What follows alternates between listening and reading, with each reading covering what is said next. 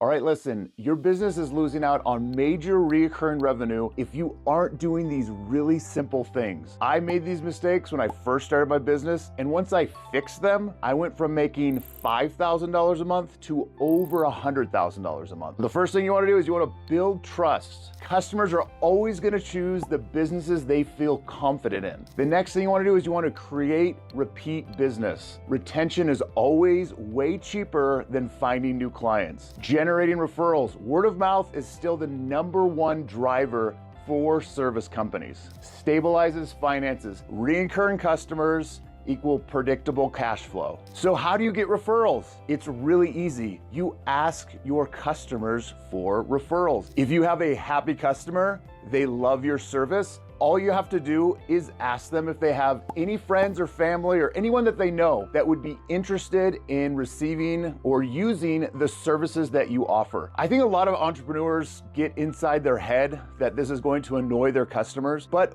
you've built up that trust with that client. Hopefully you've gotten to know them well. And that way, when you're asking them for things, they want to help you out. They know you're a good person. They want to see you succeed. And because of that, your services to their friends, family, coworkers, whoever it is going to be a no-brainer for them. Get it out of your head that you're annoying your customers by asking them for referrals. Once I did that, because I had the same thing, I was like, I don't want to bother my customers, and then they're not going to want to use me anymore. Once I got that out of my head and started asking my customers for referrals, business started to just explode. You would be shocked at how willing happy customers are to refer you to their friends, family, coworkers, like I said, neighbors, whoever it is. And another thing you can do too, to kind of sweeten the deal for them, offer them incentives. You can say, hey, for every customer you get, I'll take 10% off of your next service, or I'll give you a $20 gift card to wherever. You can do this however you like. I actually found that even after I offered these incentives, I would say 95% of my current clients would just say, oh no, don't worry about it. I'm more than happy to help you build your business. I know your service is great, and I have no issue with helping you out with that. Even with those incentives for your customers, they like you. They should like you. So they should want to help you grow your business. There's gonna be some people out there that are gonna be a little more motivated if you do give them some gift cards or some discounts on their next services. So don't be afraid to do that either. And the nice thing about that, it's a compounding effect. That one customer that's referred you to 5 new clients, you ask them for referrals, they give you 3 to 5 new clients from there, and then you're just stacking up. You're not having to spend as much money on your marketing, on your advertising, everything like that turns into, it's just free. All you're doing is asking. Like I said, you have to get it out of your head that it is some sort of inconvenience or it's not appropriate to ask your customers for referrals. It's not, but you need to make sure first that they're happy, they like you, and then you can go from there. Don't, right after you get a complaint from one of your customers, get it fixed and then ask them for a referral. Make sure you're in a good spot with that client. They're happy, ask them for a referral. You'll be shocked at how easy it is to grow your business with just that one simple tactic, getting more sales. The next one is always schedule your next appointment. If you're doing carpet cleaning, window cleaning, if you own a car detailing business, pest control, whatever it is, make sure you're scheduling that next appointment. This is gonna really prevent gaps in income by locking in your next job.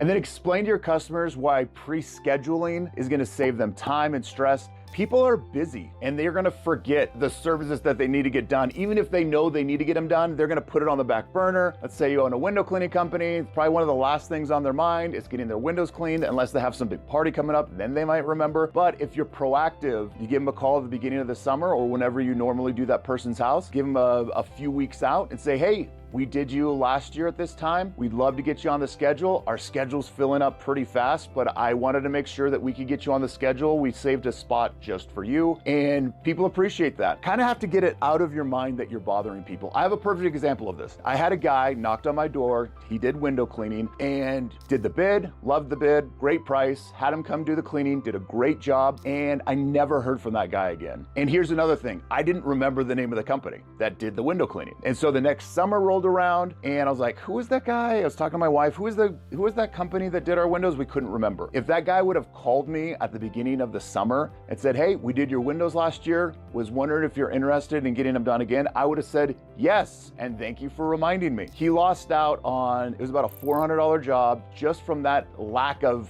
interaction alone. He lost out on $400. Who knows how many times he's done that, and who knows how well the business is doing because of it. People are going to appreciate you calling them and asking them. No one's gonna get mad at you about it. They're gonna say yes or no. I learned that the majority of the people that I would call and ask them if they wanted to get on the schedule would thank me. Like, oh my gosh, yes, I do need to get that done. Thank you so much for calling me. You don't wanna know what?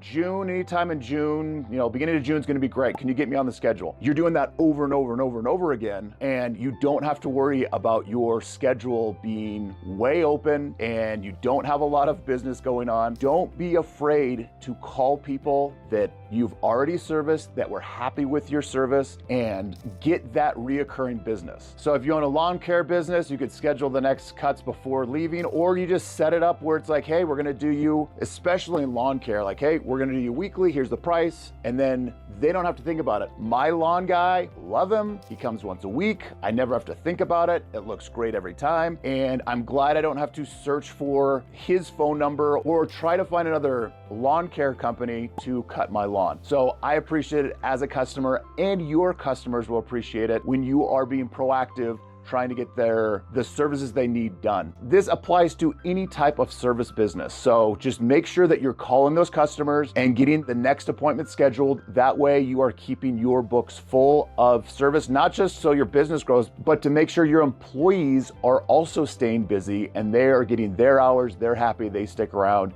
You don't have to worry about a lot of turnover there. And technology has made this super easy. Get a good CRM, something that's gonna not only be able to help you with the scheduling part of your services, but it'll send reminders to your customers. You can set them up now where they'll just automatically send emails, text messages, whatever it is, whether it's for the already scheduled service or to remind them to schedule their service. Make sure you are taking advantage of all the technology that there is right now. When I was running my business that wasn't such a robust system, I was having to call people and then manually send them texts. But towards the end, before I sold my company, I got into the whole CRM where it would just send automated messages, and people appreciate that. You probably appreciate it. I appreciate it. I appreciate when I get a text message reminding me that my pest control guy is going to be coming out in 2 days at this time, and I don't have to think about it. Great, he's gonna come out, yep, someone will be there to open the door or whatever it is, it's taken care of. Make sure you're using technology to get it all taken care of. Now, I go back again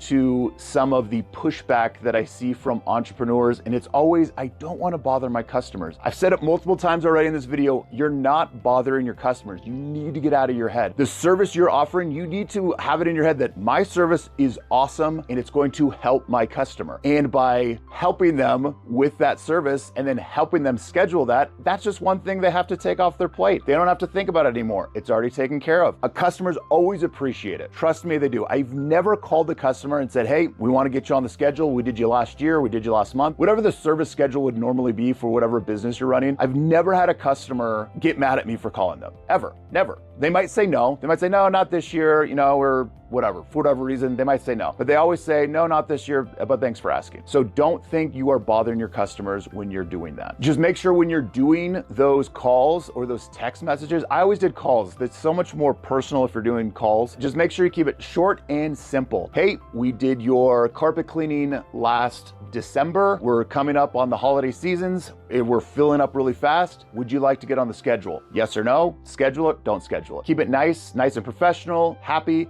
That's another thing too. When you're calling your customers, don't sound like you're in a bad mood. Address them by name. Smile when you're talking. When I worked at a call center, that was one of the main things I'd always do. If you can hear when somebody's smiling, you just can't. So even over the phone, smile when you're talking to your customers, have some energy in your kind of cadence when you're talking to them, and it's gonna put them in a better mood. If you just call them like, hey, this is Aaron with Honestly Clean. We did your carpets last year and just wanted to see if you want to do them again. They're not going to feel that's a bad energy. But if you go like, hey, this is Aaron. Hey, John, how are you doing? This is Aaron with Honestly Clean. We did your carpets last year. We'd love to get you on the schedule. The holiday season's coming up. Our schedule's filling up fast, but we'd love to get you on the schedule if that's something that you're interested in. It's going to be a yes or no. And it's more likely going to be a yes if I sound enthusiastic, I sound happy, I call them by their name, and you go from there. So that's kind of a little trick of the trade. Make sure that you sound happy when you're calling your customers. It's so weird when I get a service provider calls me and they sound like they're mad that they're calling me. It's weird. Always be happy when you're talking to your clients or potential clients. So make sure you're doing these things. It completely changed my business when I got it out of my head that talking to customers, we're gonna make them mad for some reason. Make sure you're following up with your customers, making sure they like the service that you're offering or that you've done. Ask for referrals, book your next appointment, and that is going to lead to financial stability, and it's also going to lead to a lot of growth. And if that seems like a lot in the beginning, just start with one. Start with being better at following up after you've performed one of your services. And then once you've got comfortable with that, get comfortable with asking for referrals, and then get comfortable with booking your next appointment. It's really not that hard. You just got to get it out of your head that it's going to make your clients upset for some reason. It's not. It's going to make them happy. And listen, if you do run into a client that's for some reason really mad that you're asking them for referrals or to book their next appointment, you probably don't want them as a client anyways. Let's be real here. There are some crazy people out there, and if I had someone get mad at me for either one of those scenarios, I'd just be like, oh, okay, yeah, sorry about that. I just wanted to, just help you out. And then in my head, I'm like, I literally had in my phone, the person's name, like, this person's, crazy person, don't worry about following up with them or whatever. You don't have to do that. That was just my thing. It made me feel better if I got rejected that I had them in my phone as crazy person. But you don't have to do that. That was just for me. Again, if you do those things, you do them all at once if you're comfortable doing that, but just start focusing on at least doing one thing, get good at that, do referrals, get good at that, booking appointments, get good at that. You honestly should be able to do them all at once, but if you're, kind of out of your comfort zone in the beginning, make sure that you're doing at least one of those, building confidence and going from there. Listen, if you want more information or more tips on how to grow your business, go check out UnsexyBusinessmen.com. We've got tons of videos. We have tons of resources on how to help you grow your business. And if you haven't even started a business yet, even better. We have courses, we have booklets, we have tons of things that are gonna help you if you have that burning desire to own your own business and get in control of your finances and not have to rely on the boss that you probably hate and working for a company that you can't stand. Build your own business. You can absolutely do it. Again, UnsexyBusinessmen.com. Go check it out. Click on the link below. It'll take you to our website. It'll show you all the different offerings that we have. It can change your life. Don't rely on other people for your financial future and your family's financial future. So go check out that website and let's get your business growing.